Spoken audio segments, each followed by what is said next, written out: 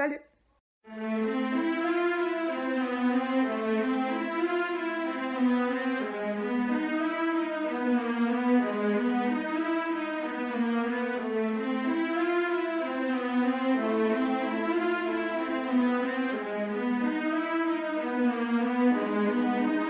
Je tiens tout d'abord à m'excuser si je lis beaucoup, mais j'ai tout écrit, j'ai fait mes propres recherches et c'est pour éviter de dire des bêtises et oublier certaines choses. On se retrouve aujourd'hui pour parler de l'affaire des sœurs Papin.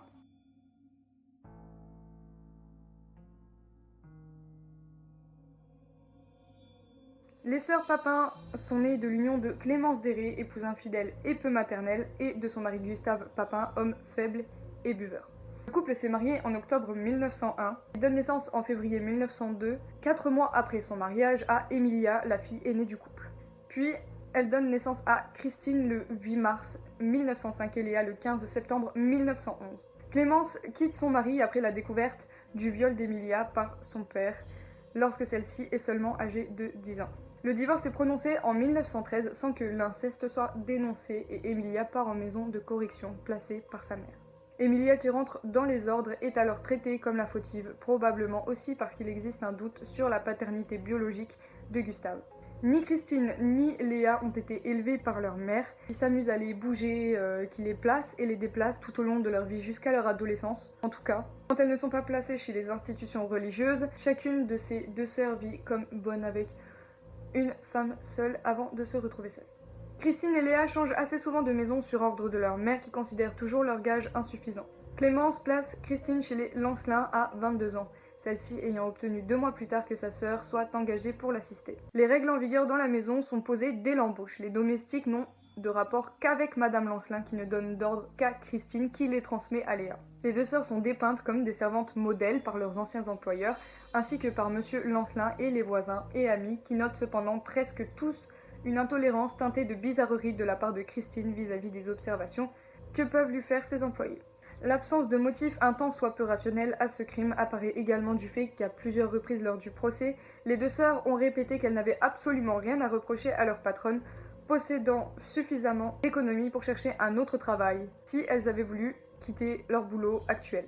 Elles étaient bien nourries, bien logées et bien traitées chez les Lancelin. En 6 ans, elles n'avaient d'ailleurs fait aucune demande d'autorisation de sortie. Quand elles avaient du temps libre, chacune retournait dans leur chambre ou sortait le dimanche pour la messe. Elles ne faisaient jamais connaissance avec un garçon, que ce soit les autres domestiques des maisons voisines ou les commerçants du quartier. Une affection exclusive liait Christine et Léa qui s'étaient juré qu'aucun homme ne les séparerait jamais.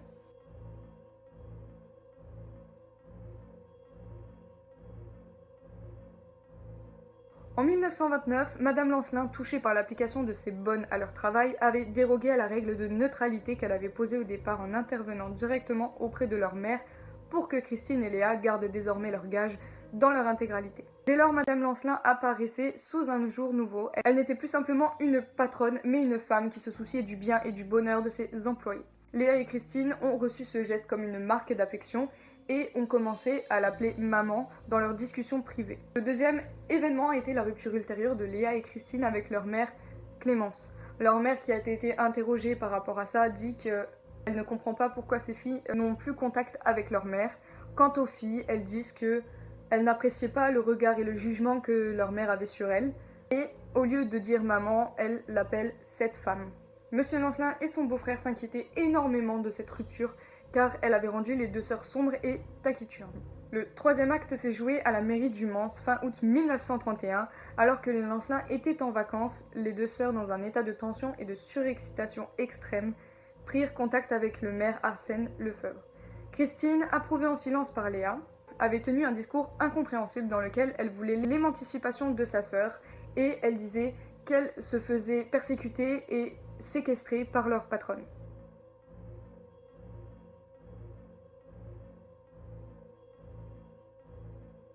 En avril 1926, Léonie Lancelin, épouse de René Lancelin, ancien avoué honoraire et administrateur à la Mutuelle du Mans, décide de renouveler son personnel domestique dans sa maison bourgeoise. Elle engage une cuisinière, donc Christine Papin, et une femme de chambre, donc sa sœur Léa.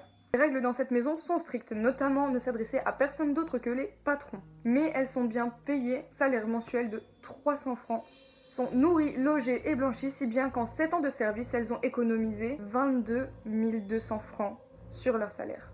Au début février 1933, alors que la ville du Mans s'apprête à fêter le 10e anniversaire des 24 heures du Mans, un procès défraye la chronique.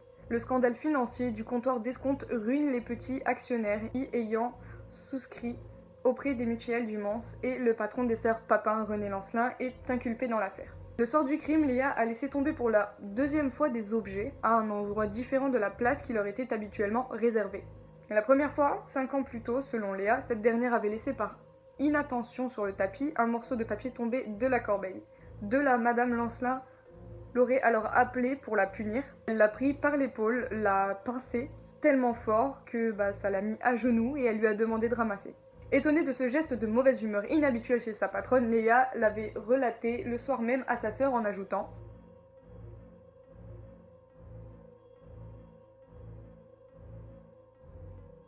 Par ce geste, la maîtresse de maison avait marqué sa mainmise sur Léa, lui signifiant qu'elle pouvait disposer de son corps et y laisser une marque, une trace de plus parmi celles laissées par l'instrumentalisation de celui-ci. » Les experts ont considéré cet épisode sans incidence du fait que Christine et Léa disaient ne plus y avoir pensé alors que cette punition ne pouvait être oubliée du fait de son caractère exceptionnel et significatif. La psychothérapeute Isabelle Bedoué, originaire du Mans, a retrouvé dans la région le crime des époux Anjou-Bolt, commis 7 mois avant cette affaire, un couple de fermiers et qui présente d'étranges similitudes avec le crime Papin.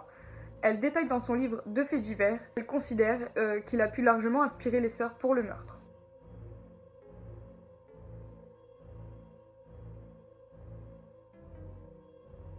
Le jeudi 2 février 1933, Léonie Lancelin et sa fille Geneviève, les patronnes, ont quitté la maison une partie de l'après-midi. L'aînée des sœurs Papin, Christine, repasse le linge, tandis que Léa, la cadette, fait le ménage. Pendant leur absence, le fer à repasser tombe en panne, bien qu'un électricien auquel il avait été apporté le jour même ne lui ait trouvé aucun défaut, a provoqué une coupure de courant. Selon la reconstitution ultérieure, le crime se serait déroulé en 2 temps. Au retour de leur patronne vers 17h30, Christine a tout d'abord informé Madame du dysfonctionnement du fer pour expliquer le noir dans la maison, ce qui a entraîné une dispute entre Madame et l'aînée des sœurs.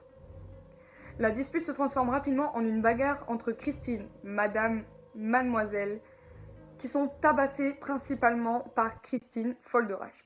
La scène tourne très vite au massacre. Christine, qui aurait ordonné à sa sœur d'arracher un œil à Madame Lancelin, arrache ensuite un œil de sa fille et le jette dans les escaliers.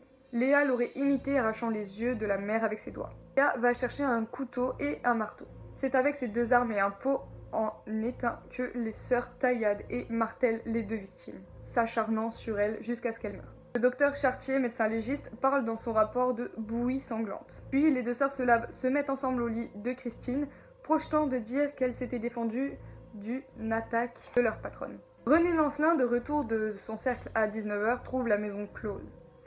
Il appelle donc le commissaire Dupuis qui dépêche 2 gardiens de la paix et le greffier Boutier. Ces hommes découvrent les 2 cadavres des femmes, énuclés, frappés à coups de marteau et de couteau, et ciselés comme des lapins prêts à cuire, puis des 2 sœurs, collées l'une contre l'autre au fond du même lit, un étage plus haut. Il faut savoir que dans leur chambre de bonne, elles sont enfermées à double tour, ce qui a nécessité l'intervention d'un serrurier. Elles avouent sans la moindre hésitation avoir commis le double meurtre de leur patronne sans motif ni préméditation. Dès le lendemain de l'acte, le crime fait la une du journal local La Sarthe, ouvrant ainsi la voie à un demi-siècle d'interprétations les plus diverses, que ce soit sous la forme de polémiques d'experts ou de créations artistiques. En 1933, la France entière s'est passionnée pour ce double redoublé de criminels, de victimes, et s'est scindée en 2.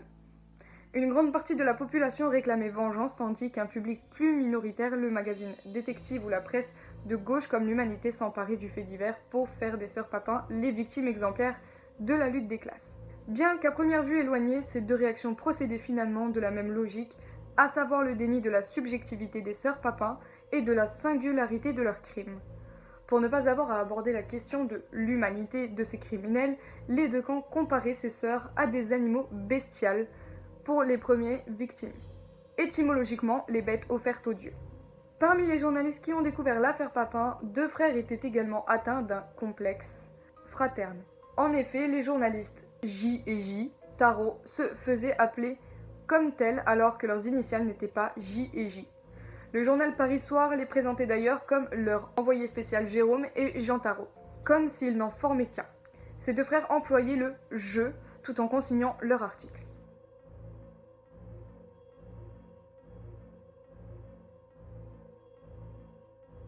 L'instruction dure 25 semaines. En juillet 1933, Christine Papin change de version auprès du juge et dit être la seule à avoir commis ces deux meurtres. Le juge modifie l'acte d'accusation, Léa devenant seulement la co-accusée du meurtre de Madame Lancelin. Lors du procès Papin, aussi bien l'instruction que l'étude psychiatre montrent le peu d'empressement des personnels à recueillir des informations précises.